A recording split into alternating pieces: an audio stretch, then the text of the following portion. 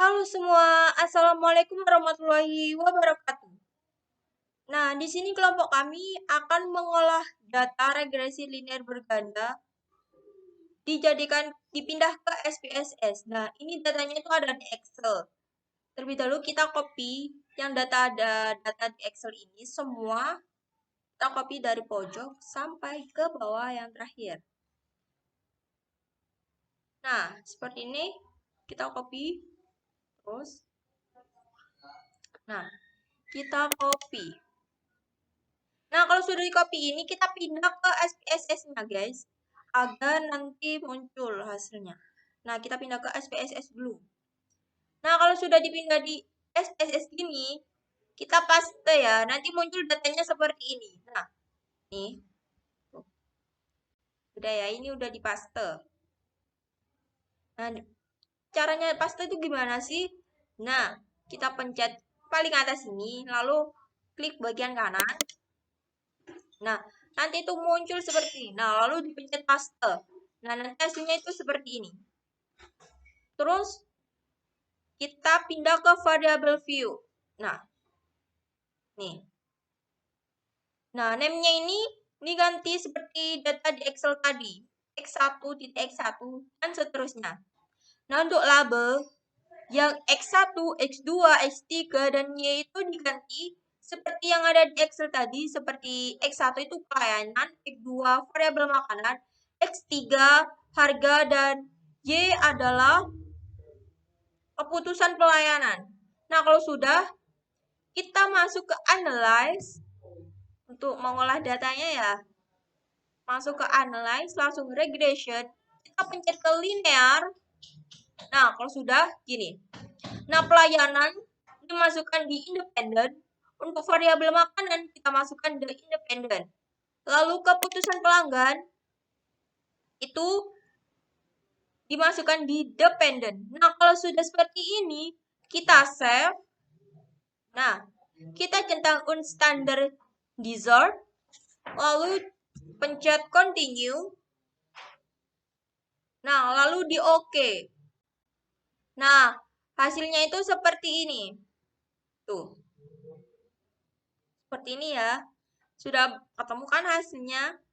Ya, dilanjut dengan saya interpretasi berdasarkan hasil output uji linear untuk tabel interest menjelaskan variabel mana saja yang masuk ke variabel independen dan variabel mana saja yang masuk ke variabel independen. Untuk data ini variabel yang masuk ke variabel independen ialah yaitu kepuasan dan pembelian, dan yang variabel yang masuk ke variabel independen adalah 3, yaitu harga, pelayanan, dan variabel makanan. Dan untuk interpretasi model summary ini di mana berdasarkan hasil output uji regresi linear berganda untuk tabel model summary, di mana tabel ini digunakan untuk menjelaskan koefisien determinal atau uji kelayakan data. Dapat dilihat pada tabel R-square yang ini, yaitu variabel itu menggunakan lebih dari 2 variabel. Nilainya ialah 0,468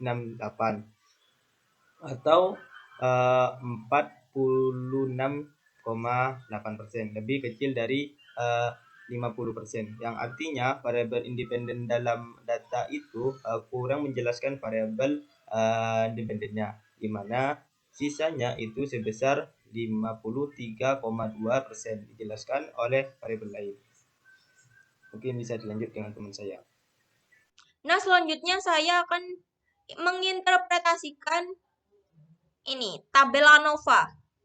Nah, tabel ANOVA ini di mana ANOVA itu menjelaskan mengenai uji pengaruh variabel independen terhadap variabel dependen secara simultan terhadap dua pengambilan keputusan. Ini dilihat dari F hitung dan nilai signifikansi. Untuk pengambilan keputusan data dilihat dari nilai sigma, di mana apabila nilai sigma itu lebih kecil dari 0,05, maka H1 diterima. Dari tabel ANOVA tersebut, nilai sigma ialah 0,00, lebih kecil dari 0,05, sehingga angka 1 itu diterima. Nah, untuk pengambil keputusan kedua dari F hitung dapat dilihat melalui perbandingan dengan F tabelnya.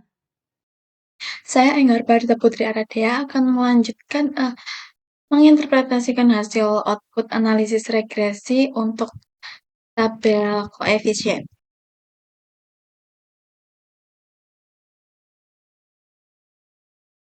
Tabel ini, di mana tabel koefisien ini menguji pengaruh variabel independen terhadap variabel dependen secara parsial atau sendiri-sendiri. Dengan dasar pengambilan keputusannya ialah ada dua, yaitu dengan T hitung dan nilai signifikansi. Untuk keputusannya itu dapat dilihat pada tabel ini, di mana ini sudah saya jadikan satu.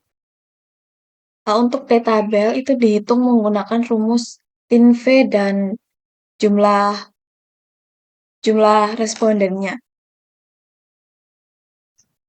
Di mana dapat dilihat bahwa variabel pelayanan itu sebesar 7,913, lebih besar dari 1,99394. Dan nilai signifikansi ialah 0,000, lebih kecil dari 0,05, sehingga untuk variabel pelayanan itu H1 diterima. Selanjutnya ialah variabel makanan dengan T hitung 1,417, lebih kecil dari 1,99394. Dan untuk nilai signifikannya itu 0,161, lebih besar dari 0,05, sehingga untuk variabel makanan H0 itu diterima. Yang terakhir adalah variabel harga, di mana T hitungnya itu 2,877 dan T tabelnya 1,99394. T hitungnya tuh lebih besar dari T tabel. Dan nilai signifikansi 0,005 lebih kecil dari 0,05. Sehingga untuk variabel harga H1 diterima. Sehingga dapat dikatakan bahwa uji koefisien pada variabel independen secara parsial itu mempengaruhi variabel dependen. Dari tabel koefisien dapat diperoleh juga suatu persamaan, yakni Y sama dengan 5,359 ditambah 1,070 X1 ditambah 0,249 X2 dikurangi 0,405 X3 dan E, di mana Y ialah keputusan pembelian dan X1 ialah variabel pelayanan, untuk X2 ialah variasi makanan, dan untuk X3 ialah harga, di mana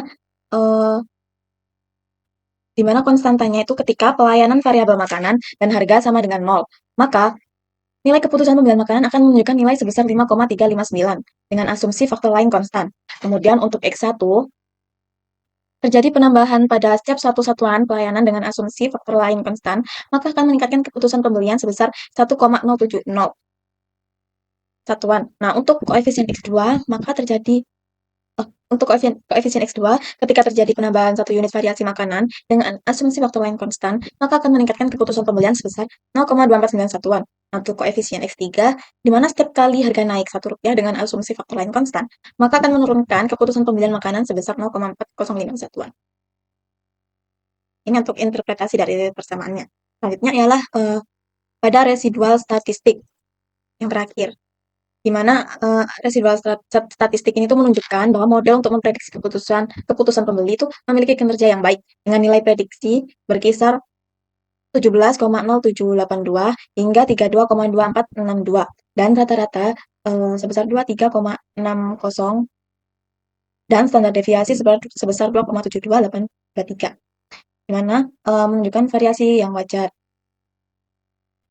Kemudian selisih antara prediksi dan aktual memiliki rata-rata mendekati 0, menandakan tidak adanya bias sistematik dalam prediksi, sehingga variasi dalam residual ditunjukkan oleh standar deviasi 2,78315.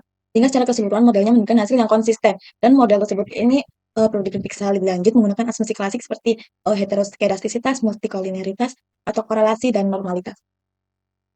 Sekian dari penjelasan analisis regresi kelompok kami. Kurang lebihnya mohon maaf. Wassalamualaikum warahmatullahi wabarakatuh.